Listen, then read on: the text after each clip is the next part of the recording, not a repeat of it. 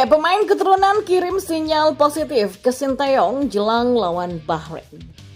Misi terbaru Sinteyong racik timnas Indonesia yang sulit dikalahkan. Dan yang terakhir, inilah rapor timnas Indonesia U20 setelah menggulung Timur Leste. Jens Reven tak terbendung, Doni Tri Pamungkas juga masih ganas. Simak selengkapnya di sini hanya di Kamus Bola bersama saya untuk Anda.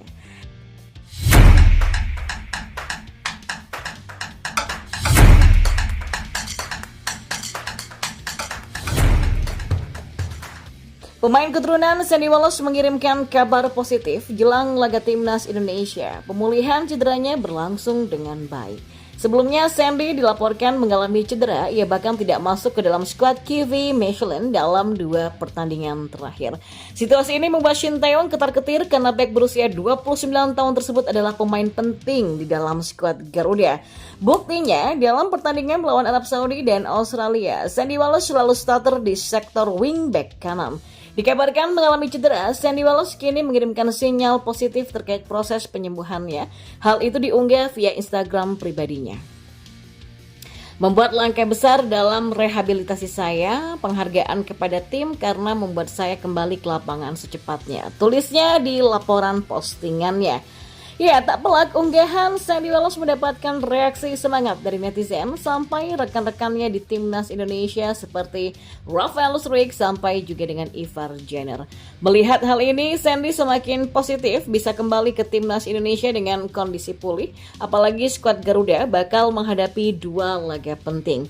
Tim Merah Putih akan bertandang melawan Bahrain serta China di lanjutan putaran ketiga kualifikasi Piala Dunia 2026 pada Oktober 2024 nanti.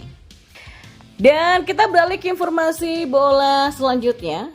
Sinteyong berjanji akan terus membangun timnas Indonesia menjadi lebih kuat lagi. Pernyataan ini untuk membantah adanya anggapan pemain keturunan bisa menggusur pemain lokal di dalam timnas. Shin saat ini cukup objektif dalam menentukan pemain yang merapat ke dalam skuad Garuda. Dan untuk mencapai tahap ini, kolaborasi menjadi kunci selain kepercayaan pemain pada pelatihnya sendiri.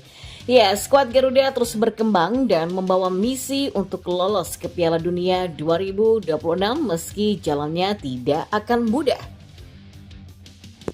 Sinteyong menjelaskan saat ini performa timnas Indonesia sedang baik. Pemain keturunan ikut membantu perkembangan pemain lokal dan terus memberikan kontribusi saat kembali ke dalam klub.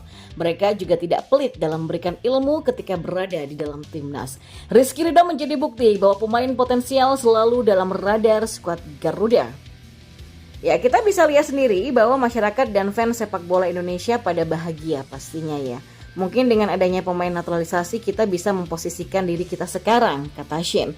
Ya, pelatih berusia 53 tahun ini menambahkan misinya adalah membangun timnas yang sulit dikalahkan dan saat ini semua butuh proses dan menjadi tim yang belum tumbang di putaran ketiga kualifikasi Piala Dunia bisa menjadi bukti awal. Tentunya perlu program berkelanjutan demi membawa nama Indonesia terbang tinggi. Kalau sepak bola kita lebih naik lagi, kita tidak akan mudah dikalahkan oleh lawan siapapun, ujar Sinteyong. Shin juga berharap pemain lokal bisa terus berkembang bersama timnya. Selain itu, kritik negatif pada pemain keturunan lebih baik dialihkan menjadi dukungan. Dia optimis dengan posisi lebih baik di ranking FIFA akan membuat Indonesia tidak mudah diremehkan. Jadi memang masih ada yang bilang ini menyusahkan pemain lokal. Tapi saya minta tolong jangan ada yang salah sangka ya. Kalau kita bisa naik peringkat di FIFA, pasti sepak bola kita tidak akan mudah dikalahkan, kata Sinteyong lagi. Dan di informasi bola yang terakhir, sejumlah pemain timnas Indonesia U20 mengukir performa yang cemerlang ketika menumbangkan Timor Leste U20 pada pertandingan kedua grup F kualifikasi Piala Asia U20 2025. Dalam pertandingan yang berlangsung di Stadion Madia Senayan, Jakarta pada Jumat malam tadi, timnas Indonesia U20 berhasil unggul dengan skor 3-1 atas Timor Leste U20. Masing-masing gol yang dicetak anak asuh Indra Syafri itu disumbangkan oleh Jens Reven, Rizky Afrizal, dan Muhammad Ragil. Adapun satu-satunya gol balasan lawan diukir oleh Luis Figo di menit ke-66. Sepanjang pertandingan, Indra Syafri menurunkan total 16 pemain. Ada 5 pergantian yang dilakukan pada babak kedua. Dan inilah rapor masing-masing pemain pada laga ini. Ya, Ikram Al-Ghifari dengan skor 7,5. Setelah tampil apik pada laga berikutnya, gawang Ikram Al-Ghifari akhirnya jebol juga. Sebetulnya ia menghadapi minim ancaman dari lawan, tapi satu serangan balik cepat dari lawan akhirnya membuat gawangnya koyak. Lalu Meshal Hamzah dengan skor 7. Meshal Hamzah tampil sangat solid pada babak pertama, namun ia tidak berada dalam posisi idealnya ketika gawang timnas Indonesia U20 kebobolan. Imbasnya, Iqbal harus bergeser untuk menutup lubang ini meski akhirnya tetap kemasukan gol. Lalu Kadek Arel dengan skor 8. Ya, Kadek Arel kembali membuktikan kualitasnya pada laga ini. Selain jago dalam menghalau serangan lawan, bek Bali United ini bisa menjalankan tugas dengan baik saat membantu lini tengah lewat umpan jarak jauhnya yang akurat.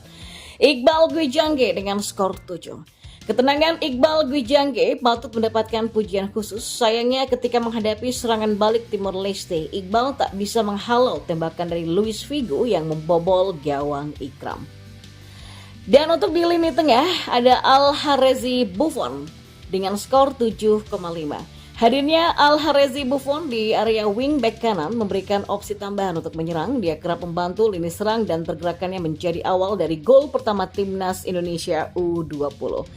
Lalu ada Aditya Warman dengan skor 7. Berbeda dari laga sebelumnya, Aditya Warman masih kesulitan untuk mendapatkan peluang, tapi kehadirannya di lini tengah cukup krusial. Dia pun punya peran penting untuk menjaga keseimbangan di area ini. Lalu ada Tony Firmansyah dengan skor 7,5. Ya, Tony Firmansyah menjadi aktor di balik terciptanya gol kedua Garuda Nusantara. Dari penetrasi di sisi kanan, dia sukses menyodorkan bola matang kepada Rizky Afrizal yang berdiri bebas. Sayangnya, dia ditarik keluar pada babak kedua. Lalu ada Doni Tri Pamungkas dengan skor 8. Pergerakan Doni Tri Pamungkas di sektor kiri kembali merepotkan pertahanan lawan. Doni kerap kali melakukan tusukan yang menghasilkan peluang berbahaya.